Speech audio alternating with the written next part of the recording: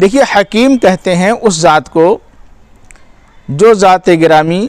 یا جو ذات ہمارے تمام افعال کو درست کر دے، جسم کے بگڑے ہوئے نظام کو صحیح کر دے، اور اسی طریقے سے اگر ہمارا کوئی کام الجھا ہوا ہے تو کوئی اپنا رائے اور مشورہ اس طریقے سے دے دے کہ اس کی وجہ سے ہمارا وہ الجھا ہوا کام بن جائے، یا پھر یہ کہ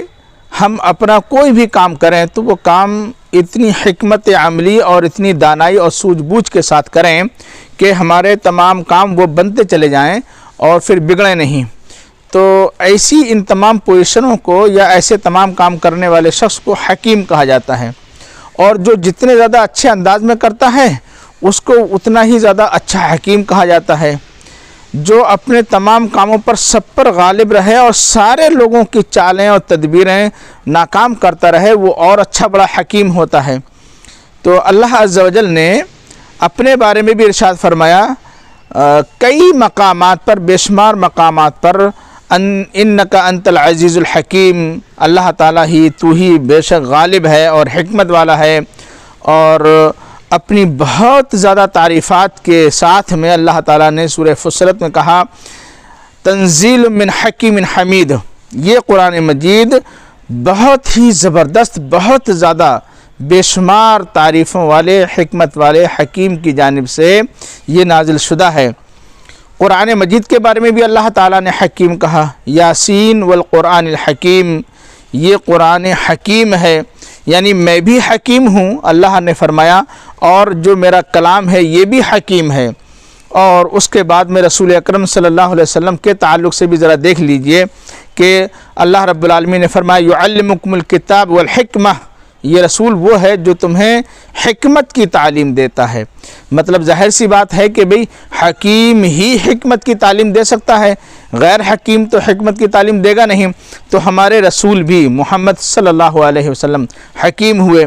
اور آپ کی جتنی باتیں تھیں، تمام کی تمام باتیں، آپ کے اقوال اور آپ کے افعال، سب کے سب وہ سب حکمت تھے، مبنی بر حکمت تھے۔ معلوم یہ ہوا کہ امت محمد صلی اللہ علیہ وسلم کو چار حکیم یا حکمت کی چیزیں ملیں۔ نمبر ایک، اللہ خود ان کا حکیم، اور ان کا لیے جو کلام اللہ تعالیٰ نے اپنا اتارا وہ کلام بھی اس کا حکیم، اس جو رسول امت محمد صلی اللہ علیہ وسلم کے لیے بھیجا وہ رسول بھی حکیم، رسول کے تمام کارنامے بھی حکیم۔ مطلب یہ ہوا کہ اب اس سے زیادہ جس کو اتنے زیادہ چار قسم کے حکیم ملے ہوں جس امت کو یا جن لوگوں کو،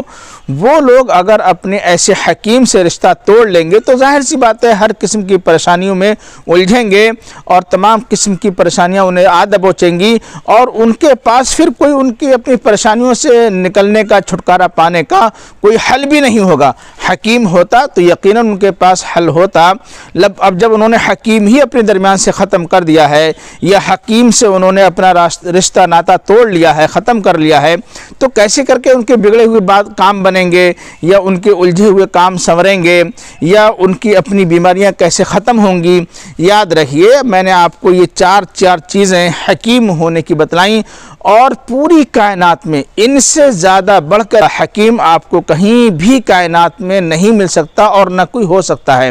مسلمانوں، اپنی چاہے تمہیں جسمانی حالات کو درست کرنا ہو یا اپنی پریشانیوں کو حل کرنا ہو، انفرادی ہوں یا اجتماعی ہوں، اگر تمہیں ان تمام باتوں کو حل کرنا ہے، درست کرنا ہے، صحیح کرنا ہے، بگڑے ہوئے حالات کو سنوارنا ہے، سدھارنا ہے، تو پھر اللہ رب العالمین سے رشتہ جوڑیے، اس کے کلام سے اپنے آپ کو جوڑیے، اس کے رسول سے جڑیے، اس کے رسول کی باتوں سے جڑیے، آپ کے خود بخود کام بنتے چلے جائیں گے۔ اس ٹینشن کو ذہن سے پھر نکال دیجئے کہ میں نے قرآن کہیں سے پڑھ لیا تو اب میری اصلاح کیسے ہوگی، یا وہ میرے لیے فائدہ مند کیسے ہوگا، یا میری بیماری میں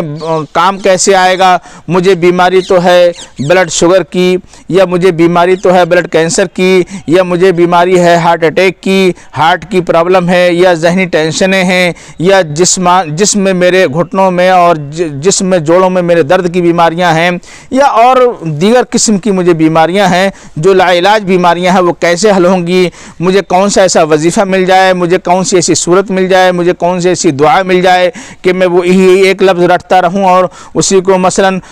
دعا مجھے چاہیے اگر مالدار ہونے کی تو میں یا غنی پڑھتا رہوں، یا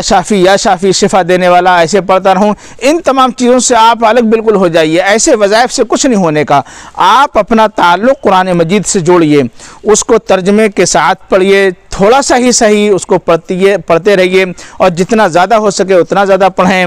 اور بغیر ترجمے کے بھی اگر آپ اس کو پڑھتے رہتے ہیں تب بھی آپ اس سے فیض یاب ہوں گے، اور کسی نہ کسی طریقے سے وہ اللہ حکیم ہے، کس طریقے سے آپ کے کام بنائے گا اور آپ کی بیماریوں کو کیسے دور کرے گا وہ جانتا ہے۔ یعنی وہ سمجھتا ہے کہ میں حکیم ہوں، اب میرے بندے کو ضرورت پڑی ہے، اس نے رشتہ مجھ سے جوڑا ہے اور میرے کلام سے جوڑا ہے، میرے رسول سے جوڑا ہے، میرے رسول کے اقوال اور افعال سے جوڑا ہے، لہٰذا مجھے اس کے تمام امور بنا دینا چاہیے، وہ خود سے بنائے گا، وہو علی کل شیء قدیر۔